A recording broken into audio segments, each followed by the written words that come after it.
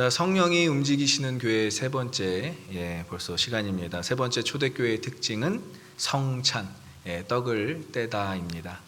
떡을 떼는 것은 단순히 식사를 의미하지는 않습니다. 애찬으로 볼 수 있고 또 성경에서 명시되어 있는 것은 우리가 성찬으로 볼 수 있습니다. 오늘 우리가 본문을 읽었듯이 이 떡을 떼다라는 것은 성찬을 의미한다라고 여러분들이 아시면 되겠습니다. 고린도전서 10장 16절에 그래서 이렇게 사도 바울이 이야기하고 있습니다. 우리가 떼는 떡은 그리스도의 몸에 참여함이 아니냐라고 얘기하고 있습니다. 초대교회에서는 성도들이 모이면 애찬 형식의 기본적인 식사를 하고 난 뒤에 주님의 가르침을 따라 성찬의식을 가졌다고 합니다. 그리고 성도의 식탁 교제 자체를 이 성찬으로 간주하고 있었던 것입니다.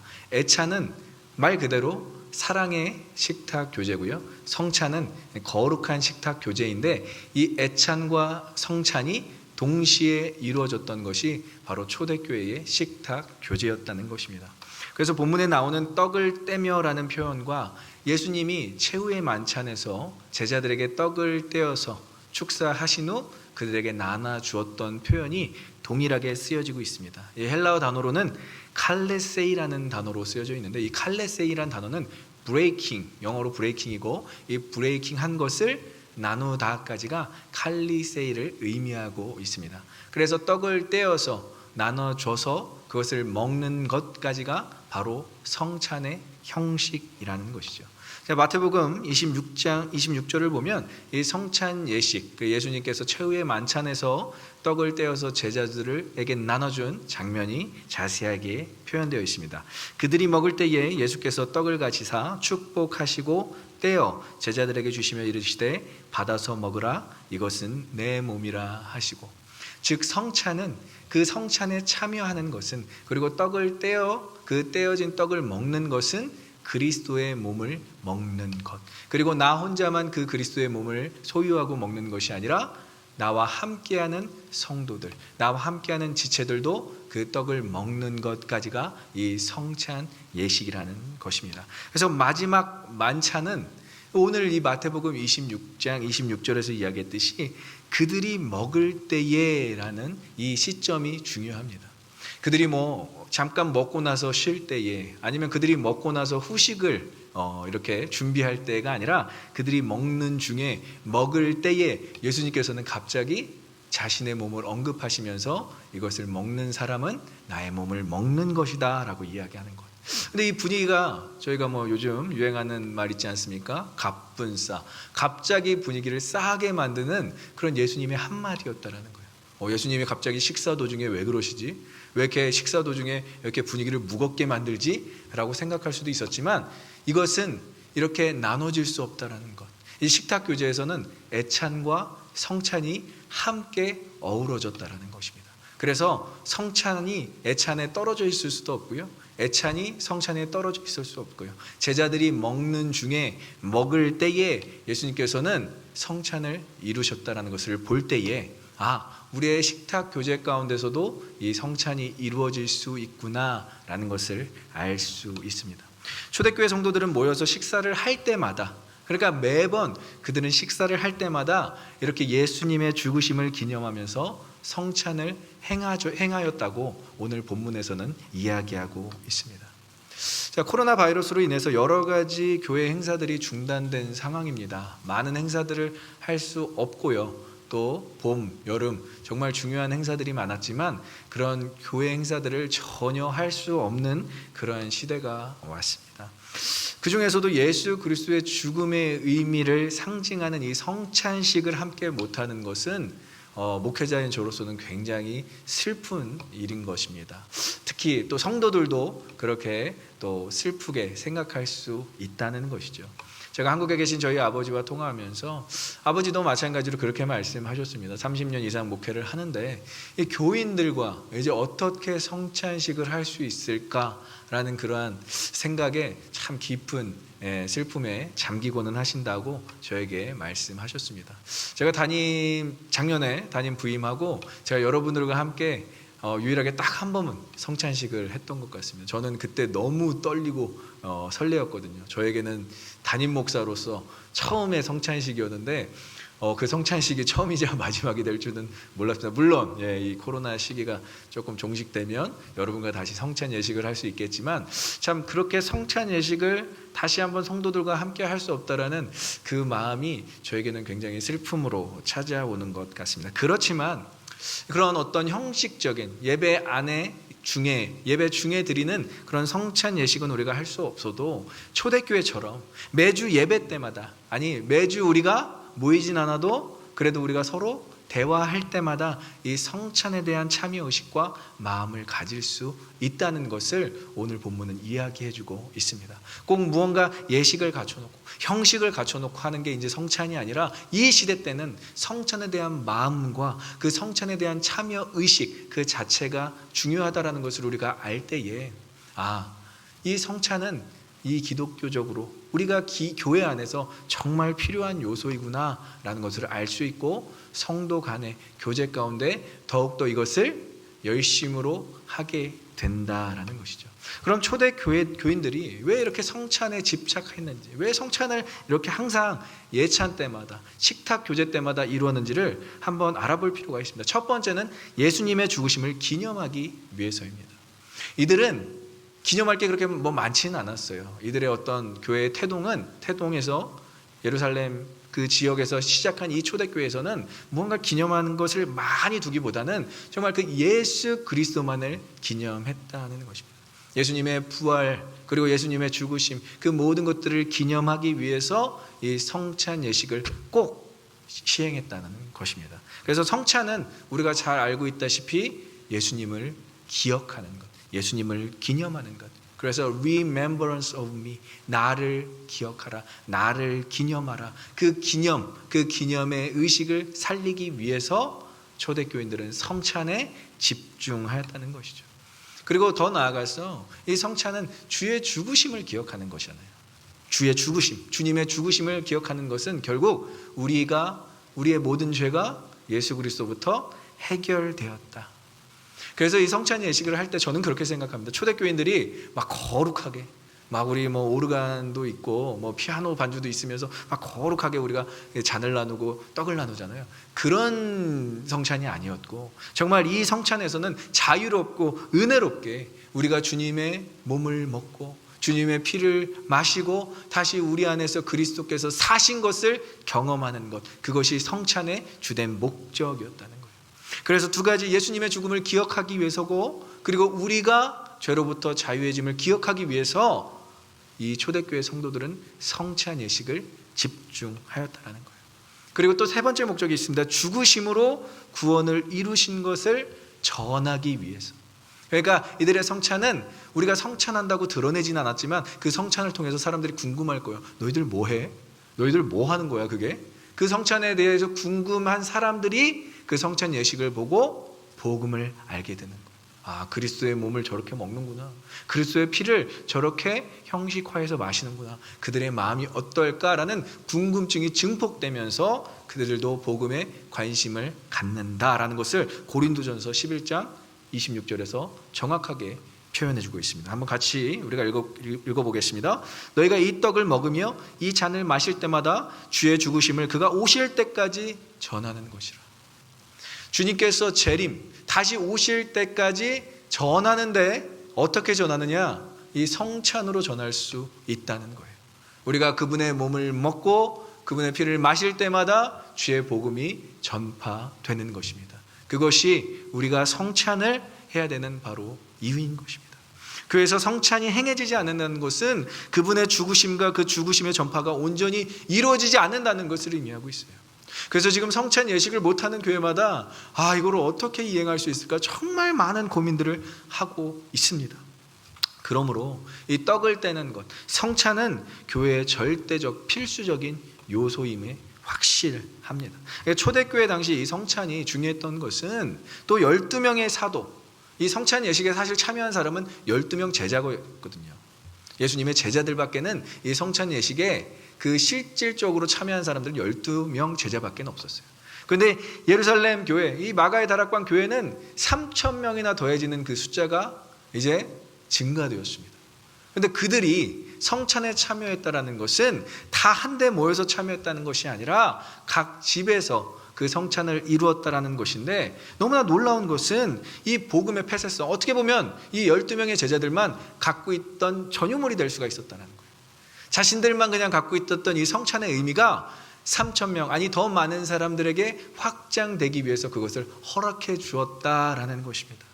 그래서 이 성찬은 어떠한 누가 명령을 해서 야 우리 성찬 해야지, 야 우리 이제 성찬을 합시다, 그래서 어떤 형식을 만들어서 이렇게 성찬을 이행했던 것이 아니라 자발적으로 행해졌다는 거예요.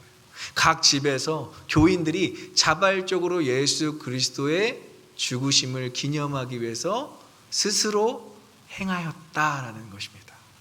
그래서 이러한 성찬을 허락해 준 사도들에게도 너무 감사한 일이었다는 거예요. 왜냐? 그들은 그들만 갖고 있는 추억이 될 수 있고요, 그들만 기념할 수 있는 어떤 전유물이 될 수 있었지만 그것을 모든 성도가 할 수 있도록 허락해 주었다라는 거예요. 이것은 우리만 경험하는 것이 아니라, 우리만 경험할 것이 아니라 너희들이 다 경험해야 돼, 우리 성도들이 다 경험해야 돼 하면서 3,000명이나 넘는 그들에게 성찬을 오픈해 준 것, 이것은 매우 이례적인 일이고 사도들이 참 잘했다고 칭찬받을 일이었다라는 거예요. 그리고 성도들은 그 성찬을 실천했다는 것. 이렇게 예수님과 직접 성찬 예식에 참여하지 않았던 그들이 이걸 어떻게 하지라고 의문도 가질 수도 있었고 불평을 가질 수도 있지만, 사도들이 오픈해 준 것을 기꺼이 자신들의 삶 가운데서 실천했다는 것, 이 두 가지가 너무나 놀라운 사실이었다는 것입니다.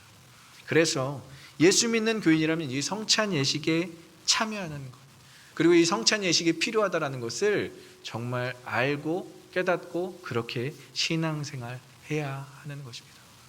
그럼 우리에게 이런 질문이 있습니다. 이 코로나 시대에 어떻게 떡을 떼며 이 성찬을 실천할 수 있을까? 그래서 오늘 설교 제목이 성찬의 시작이 아니라 새로운 성찬의 시작이라고 붙였어요. 이건 제가 구현한 어떠한 성찬의 방법이 아니라 이 성찬의 의미를 우리가 더 깊이 살펴볼 때 새로운 성찬이 우리 공동체 가운데, 우리 교회 가운데 시작될 수 있다는 것을 기도하면서 하나님의 말씀을 또 묵상했기 때문에 여러분들과 나누고자 이렇게 새로운 성찬의 시작이라고 제목을 붙여보았습니다. 그럼 첫 번째, 우리가 어떻게 이 코로나 시대에 떡을 떼며 성찬을 실현할 수 있을까? 이행할 수 있을까? 첫 번째는 예배 속에서 성찬의 의미를 각인하는 것입니다. 예배 때마다, 예배 속에서, 예배 중에서 이 성찬의 의미를 우리의 마음 가운데 새기는 것입니다. 그래서 예수 그리스도의 십자가를 예배 때마다 경험하는 것이 바로 이러한 시대 가운데 성찬에 참여하는 것입니다. 우리 이런 찬양도 있잖아요. 십자가의 보혈 완전하신 사랑 힘입어 나갑니다. 우리가 온라인으로 예배를 드리고 있지만 이렇게 십자가의 보혈 완전하신 사랑으로 매주 예배를 드린다면 그것이 바로 성찬에 참여하는 거예요. 왜냐? 여러분들이 예수님을 기억하고 기념하고 있기 때문입니다. 그래서 예배는 우리가 예수 그리스도를 기억하는 것, 예수 그리스도를 기념하는 것이 먼저여야 된다는 거예요. 그것이 바로 새로운 성찬의 시작이 될 수 있습니다. 그러면 목회자인 제가 해야 되는 일은 무엇일까요? 예수 그리스도를 기억하고 그분의 십자가가 마음에 새겨질 수 있는 말씀을 선포해야 된다는 거예요. 그래서 예수 그리스도 중심의 설교를 선포해야 되는 것이 저의 사명인 것입니다. 그래서 저는 이 코로나 시대 가운데 더 예수 그리스도의 중심의 메시지를 선포하기 위해서 연구하고 공부하고 또 그 말씀을 묵상해야 되겠죠. 그럼 여러분들의 역할은 무엇일까요? 여러분들의 역할은 예수 그리스도 안에서 여러분들의 삶을 매주 드려지는 예배 가운데 결단하셔야 됩니다.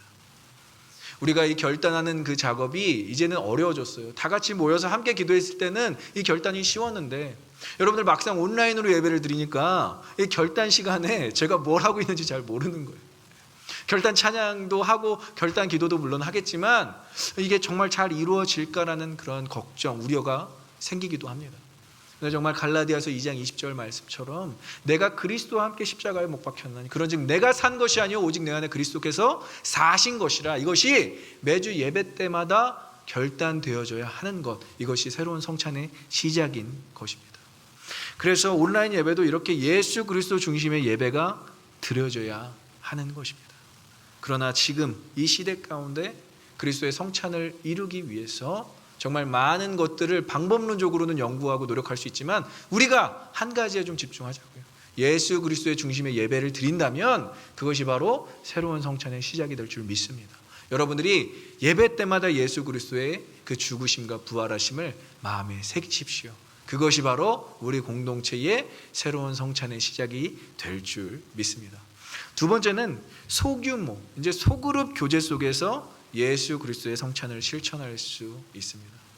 이것은 이제 이 코로나 시대에 많은 사람들이 모여서 무언가를 하기가 어려운 그런 상황이 왔습니다. 그러면 이제 작은 집단이 모일 수밖에 없고 소그룹이 모일 수밖에 없고 그 속에서 어떤 교인들이 갖는 소속감이 더 커진 시대가 도래했다라는 거예요. 이 초대교회 성도들은 떡을 떼고 포도주를 마시는 행위 역시 다른 게 아니라 그들이 정말 실질적인 떡과 포도주를 나누기 위해서 모였던 게 아니라 예수 그리스도를 나누기 위해서 그들은 모였다는 거예요. 그러니까 여러분들이 모여서 작게나마 모여서 그렇잖아요. 이제는 뭐 한두 사람 모여도 정말 거리를 둘 수밖에 없는 그러한 교제를 할 수밖에 없잖아요. 근데 그 두세 사람이 모여도 예수 그리스도를 나누는 것을 실천한다면 그것이 바로 새로운 성찬의 시작인 것입니다. 그래서 여러분들이 하고 있는 그 통모임이 너무 중요한 거예요. 저는 우리 교회에 처음 부임했을 때 이 소그룹이 너무 잘 돼 있다라는 것에서 굉장히 마음의 안정감을 얻었어요. 왜냐하면 그것이 바로 작은 교회이기 때문입니다. 그 소그룹이 잘 돼 있는 교회는 하나님께서 지금 이러한 시대 가운데서도 사용할 수밖에 없는 교회, 강한 교회인 거예요. 그 소그룹마다 각자의 예수 그리스도를 충분히 나눌 수 있는 그런 강함이 우리에게 주어져 있다라는 것입니다. 그래서 통모임이라는 이름도 너무 좋아요. 물론 뭐 다른 교회에서는 뭐 팬모임, 패밀리 모임이라고 해서 뭐 팬모임이라고 하고 원래 이제 뭐 순모임이라고 한국에서는 이제 순모임이라고도 많이 하는데 저는 이 통모임이 너무 좋습니다. 통모임의 의미를 알고 더 좋아졌어요. 이 통모임의 의미 두 가지가 있잖아요. TOC, The Overflowing Church를 이렇게 축약해서 TOC라고 한 게 이제 통모임이 됐고 두 번째 의미는 무엇입니까? TALK, Talk. 이것이 바로 우리의 통모임. 그런데 Talk 뭐죠? Talking about Jesus. Talking about Jesus. 다른 걸 나누는 것이 아니라 Talking about my life 뭐 이게 아니라 정말 Talking about Jesus가 이루어지는 것이 진정한 소그룹인데 이러한 소그룹이 지금 이루어지고 있다면 여러분들은 새로운 성찬에 참여하고 있는 것입니다. 그래서 교제 가운데 예수 그리스도를 풍성하게 나눈다라는 것을 지난주에 제가 우리의 교제와 우리의 내서 선포한 적이 있죠. 요한일서 1장 3절에서 너무 정확하게 우리의 교제와 우리의 나눔의 목적을 이야기해 주고 있습니다. 한번 같이 읽어보겠습니다. 우리의 사귐은 아버지와 그의 아들 예수 그리스도와 더불어 누림이라. 여러분들이 소그룹 하면서 Talking about Jesus 할 때마다 예수 그리스도가 그 안에 참여하셔서 함께 그 그룹 안에서 예수 그리스도를 누릴 수 있도록 도와주시는 거예요. 성령님도 함께 하시고 하나님도 함께 하시고 주 예수 그리스도도 함께 하시는 그 교제가 이루어지는 것, 그것이 바로 새로운 성찬의 시작 두 번째인 것입니다. 예배는 온라인으로 드려도 이렇게 소그룹은 오프라인으로 이제 한 번씩은 최소한 물론 개인 위생과 방역 철저히 해야 되겠죠. 그런데 이 소그룹은 오프라인으로 꼭 한 번씩은 드렸으면 좋겠어요. 모였으면 좋겠어요. 그리고 소그룹이 뭘 의미하는지 여러분 아십니까? 바로 Christ likeness예요. 사실 어떤 현장 예배 가운데서는 이게 잘 느껴지지가 않아요. 서로의 대화를 할 수 없는 게 바로 또 예배고 또 어떻게 보면 뭐 많이 모여 있는 데서는 이 크라이스트 라이크네스를 우리가 나눌 수는 없어요. 예수님 닮은 삶을 나눌 수는 없지만 이런 작은 모임 가운데 이 작은 예수들이잖아요. 우리가 작은 예수들이 함께 모여서 작은 예수 공동체를 만드는 것이 바로 이 소그룹의 역할인 것입니다. 그러니까 교회에서는 이 소그룹 모임이 너무나 중요한 거예요. 많은 사람들이 한 장소에 모일 수 없는 이때에 우리가 실천할 수 있는, 아니 우리에게 적용될 수 있는 말씀 무엇입니까? 마태복음 18장 20절 말씀이에요. 두세 사람이 내 이름으로 모인 곳에 나도 그들 중에 있느냐라고 말씀하십니다. 하나님도 함께, 성부 하나님도 함께 하시고요, 성자 예수 그리스도도 우리 함께 하시고요, 성령 내주하시는 성령께서도 함께 하시고요. 그것이 바로 새로운 성찬의 시작 소그룹 모임이라는 것입니다. 이 소그룹 모임이 교회가 되고 진리로 인한 교제의 장이 되고 예수 그리스도의 성찬이 이루어지는 그러한 모임이 바로 교회인 것입니다. 그러니까 우리가 교회가 이제는 막 사람들이 많이 모이고 막 화려한 찬양이 있고, 물론 그런 것도 중요하죠. 그런 것들이 이제 온라인으로 드려지고 있고, 우리가 교회됨을 확인하기 위해서라도 3, 4 모여서 두세 사람이 모여서, 물론 개인 위생과 방역 철저하게 하시고요, 두세 사람이 모여서 talking about Jesus, 정말 예수 그리스도를 더 풍성하게 나누는 그러한 교회가 되었으면 좋겠습니다. 그것이 바로 새로운 성찬을 이루는 이 시대 가운데, 이 어려운 시기 가운데 새로운 성찬을 이루는 두 번째 방법인 것입니다. 마지막으로는 성찬의 목적을 복음 전파로 실천하는 것입니다. 성찬의 목적, 아까 우리가 읽었잖아요. 고린도전서 11장 26절에 성찬의 목적이 뭐죠? 성찬을 할 때마다 재림을 기다린다라는 거예요. 성찬을 할 때마다 재림을 더욱더 간절히 원하고 기다린다는 거예요.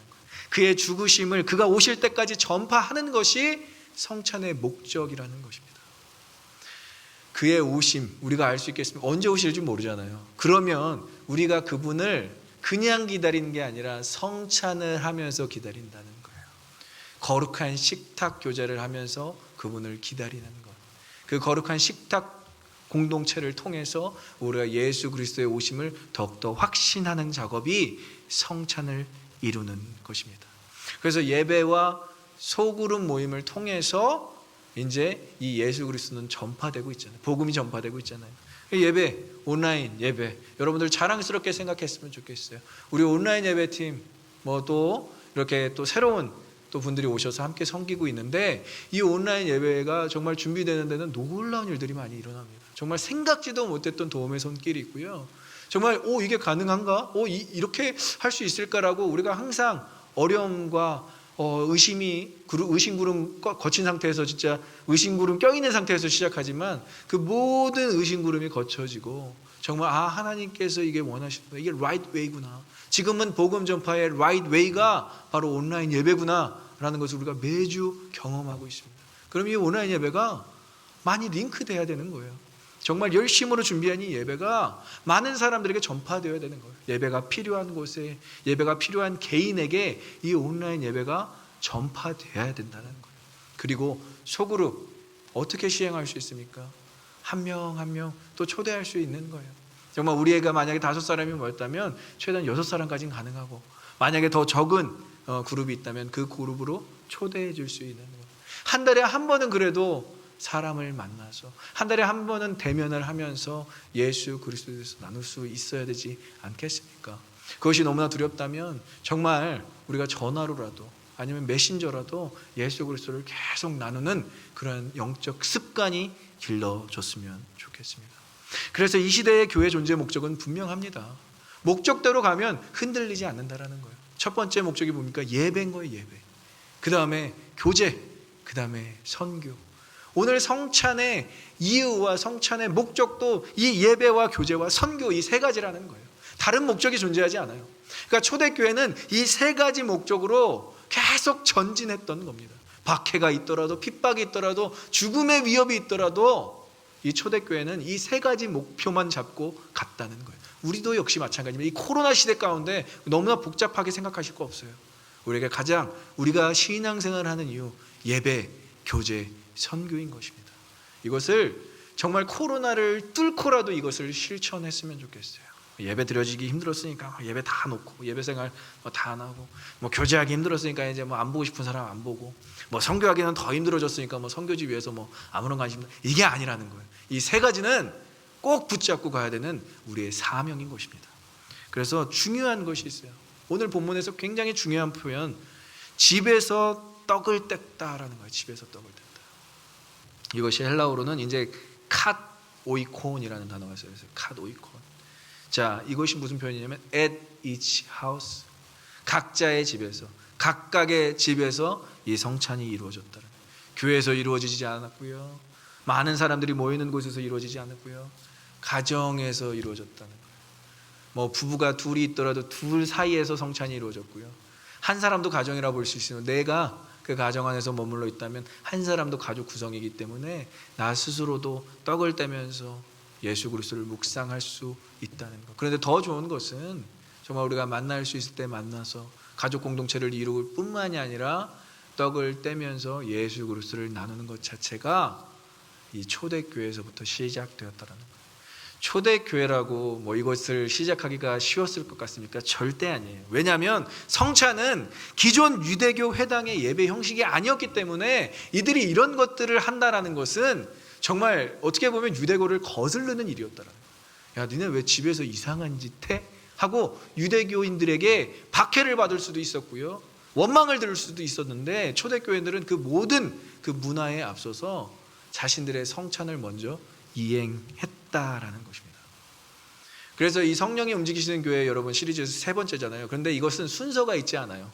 뭐 가르침 먼저 하고 사귐과 나눔 그 다음에 이루어지고 그 다음에 성찬, 이게 아니라 각자 동명사로 쓰여져 있습니다. 다 명사로 쓰여졌다는 거예요. 가르침도 중요하고 사귐과 나눔도 중요하고 떡을 떼는 성찬도 중요하다는 이 세 가지가 다 동명사, 명사로 쓰여졌기 때문에 이 세 가지는 동일하게 다 중요하다라는 것입니다. 그래서 이들은 성찬을 따로 떼어내서 생각하지 않았어요. 그냥 각 집에서 성찬을 이행했습니다. 성찬을 행하기 어려울 때라도, 어려운 시기에도 각 집에서 오이코스에서 이루어졌다라는 거예요. 그래서 우리 2020년 표 여러분들 기억하십니까? 잊어버렸을까 봐 제가 다시 한번 선포합니다. 데모시아엔 오이코스. 저는 너무 감사한 게 이 데모시안 오이코스가 이 코로나 시대에도 이루어지고 있다는 거, 실현되고 있다는 것이 너무 감사해요. 데모시안, 지금 온라인으로 전 세계에서 이 오버플로잉 교회가 퍼블리시, 정말 전 세계로 지금 뭐 많은 조회수는 아니지만 그래도 예배가 드려지고 있고요. 오이코스 소그룹도 3, 4, 5 모여서 계속 예수 그리스도 중심의 교제를 나누고 있습니다. 이 성찬은 초대교회 성도, 예수 따르미들의 고유 문화로 국한되지 아니하고 모든 믿는 자들이 다 동참할 수 있는 그런 축복이 되었다라는 거예요. 그러니까 이 성찬은 우리가 떼어놓고 생각할 수 없다는 것입니다. 이것을 떼어놓고 교회가 될 수 없다는 것을 의미하고 있습니다. 다들 이제 교회가 어떻게 나오나 막 이게 막 보고 있어요. 막 눈에 불을 켜고 보고 있어요. 어떻게 교회가 이제 막 망하게 되나 막 진짜 비관하는 사람들도 있고, 애들이 이제 어떻게 모여서 또 사고를 터뜨릴까 막 그게 막 그런 부정적인 시각들로 보는 그런 세상 미디어 뭐 언론들이 있습니다. 그러나 이럴 때일수록 아까 제가 말씀드렸듯이 교회의 본질만 붙잡고 있으면 된다는 거예요. 예배, 교제, 선교, 이것이 우리가 지금 배웠던 이 세 가지 가르침, 사귐과 나눔, 오늘 성찬까지 다 이것을 포함하고 있는 거예요. 예배, 교제, 선교가 이 성령이 움직이시는 교회에 다 포함되고 있다는 거예요. 사도들의 가르침을 받고 사귐과 나눔을 어려움 중에 실천하고 성찬을 의미 있게 구성하여 의미 있게 바꿔서 실현한다면 교회는 그 목적을 이룰 뿐만이 아니라 더 많은 영혼들을 구원해내는 사명까지도 감당할 수 있다는 것입니다. 여러분들은 지금 그러한 부름을 받고 그러한 부르심에 순종함으로 이 일들을 행하고 계신 믿음의 성도들인 줄 믿습니다. 지난주에 제가 코이노니아를 삶 속에서 실현하라고 선포했잖아요. 근데 너무 은혜가 되었어요. 교인들이 진짜 이 코로나를 뚫고 사귐과 나눔을 실천하더라고요. 너무 은혜를 많이 받았어요. 뭐 페이스북과 인스타를 통해서도 다 이제 뭐 볼 수 있지만 정말 어려운 사람들 찾아가서 사귐과 나눔 실천하고 정말 진짜 코로나를 뚫고 그 믿음의 행위를 감당하는 우리 성도들을 보면서 제가 참 큰 도전을 받았습니다. 저는 소망합니다.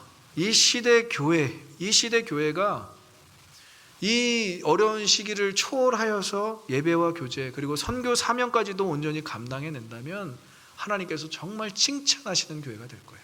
여러분들 칭찬받는 교회가 되고 싶지 않습니까? 우리가 정말 다 힘들다는 이 시대 가운데서 우리가 하나님께 칭찬받는 교회가 되기 위해서는 우리의 사명, 우리의 기본 본질만 붙잡고 가면 된다는 거예요. 우리 교회가 이 시대를 초월하여서 살아있는 예배와 교제 그리고 선교 사명까지 온전히 감당한다면 하나님께서 우리 교회를 칭찬해 주실 줄 믿습니다. 주님께서 이 마지막 시대에 칭찬을 아끼지 않는 교회가 되길 간절히 소망하고 축복합니다. 새로운 성찬의 시작이 필요한 시기입니다. 많은 사람들이 방법론적인 부분만 찾고 있어요. 어떻게 하면 이 성찬을 그래도 예배에서 했던 대로 실현할 수 있을까라고 생각하지만, 우리가 성찬이 주는 의미와 목적부터 생각해야 된다고 생각합니다. 예수 그리스도의 죽으심을 기억하는 것, 그 죽으심을 그리고 나누는 것, 이야기하는 것이 성찬의 의미고요. 그리고 예수님께서 다시 오실 때까지 그 성찬의 의미를 나누면서 복음을 전파하는 것, 이것이 성찬의 목적입니다. 떡을 계속 떼십시오.